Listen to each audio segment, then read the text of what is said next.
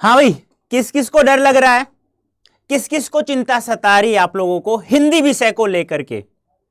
मैं एक बात बताऊं आप लोगों को, हिंदी विषय में अब की बार क्लास 12th में आप आराम से बहुत अच्छे मार्क्स प्राप्त कर सकते हैं। उसका एक तरीका है, मैं हमेशा कहता हूं स्टूडेंट से, ज्ञानी बनने के लिए पढ़ना है या टॉप मार्क्स प्राप्त करने के लिए पढ़ना है। तो बहुत सारे स्टूडेंट पढ़ते तो बहुत हैं, लेकिन उनको यह नहीं पता हमें पढ़ना कैसे है और क्या क्या पढ़ना है जिससे हम लोग टॉप नंबर प्राप्त कर सके। तो देखो, आपका जो एग्जाम होगा वो 3 पार्टों में होगा, ख, क, ख और ग। पहला जो पार्ट होगा क, उसमें अपठित गद्यांश और पद्यांश पूछा जाएगा जो आपके 18 मार्क्स का होगा। ये आपका 10 नंबर का होगा और ये आपका होगा बेटा 8 नंबर का होगा।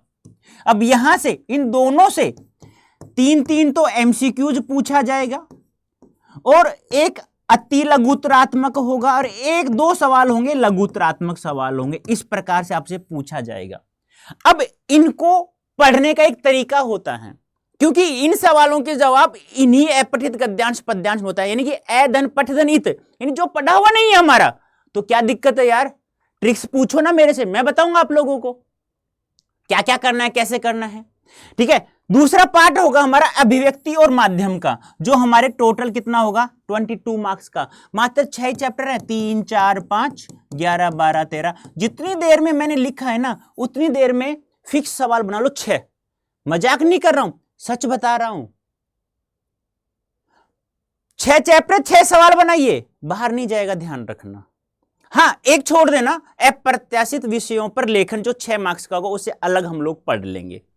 हाँ, इसको भी पढ़ने का एक तरीका होता है, क्योंकि मैं बार बार कहता हूं कोई भी चीज पढ़ो। मैं हमेशा कहता हूं आप लोगों से कि 100% मार्क्स प्राप्त करना हिंदी में, अब मेरे पास आइए, मैं बताता हूं सफलता का राज क्या है, कैसे मार्क्स प्राप्त कर सकते हैं। तो वो सब चीजें आप लोगों को मैं बताऊंगा ना, तो इससे हम लोग इस प्रकार से हम लोग पढ़ेंगे, वो सब बातें बताऊंगा मैं आप। तीसरा पार्ट हमारा खंड ग है, और जिसमें आरोह भाग 2 और वितान भाग 2, यहां से 15 चैप्टर हैं, यहां से हमारे 3 चैप्टर हैं।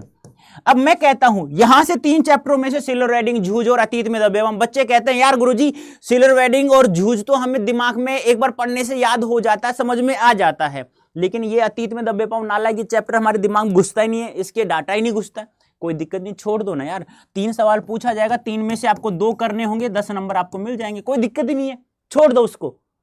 ज्ञानी बनना है ना तो पढ़ लेना, और टॉप मार्क्स प्राप्त करना है तो जैसा मैं कह रहा हूं वैसा करना।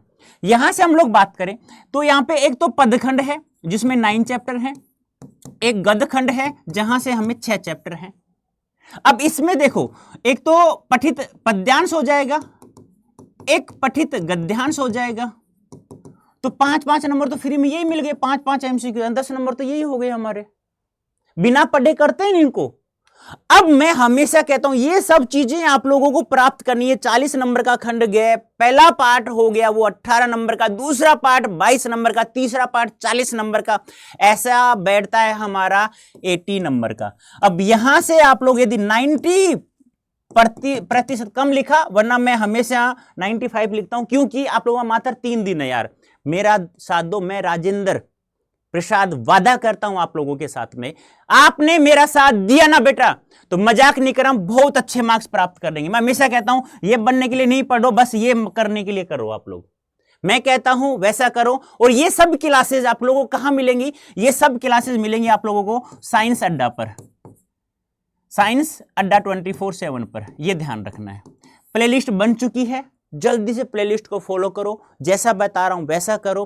रोजाना क्लास होती है, आज शाम को 6 बजे होगी, 11 तारीख को 6 बजे होगी, फिर 12, 13, 14, 15 का सब मैं यहाँ पे शेड्यूल बता चुका हूँ, कैसे कैसे क्या क्या करना है। यदि आप लोगों को चाहिए अच्छे मार्क्स तो आप मेरे साथ जुड़िए, वादा करता हूँ बेटा आपका बड़ा भाई हूँ, कोशिश करूंगा, ऐसी कोशिश जो हमें कामयाब बनाकर छोड़ेगी टॉप मार्क्स के साथ में। तो अभी के लिए इतना ही, धन्यवाद, थैंक यू सो मच। फिर भी किसी को और भी कोई डाउट हो तो आप लोग मुझे कमेंट बॉक्स में लिख करके बता सकते हैं। ओके बेटा, अभी के लिए इतना ही, धन्यवाद, थैंक यू सो मच।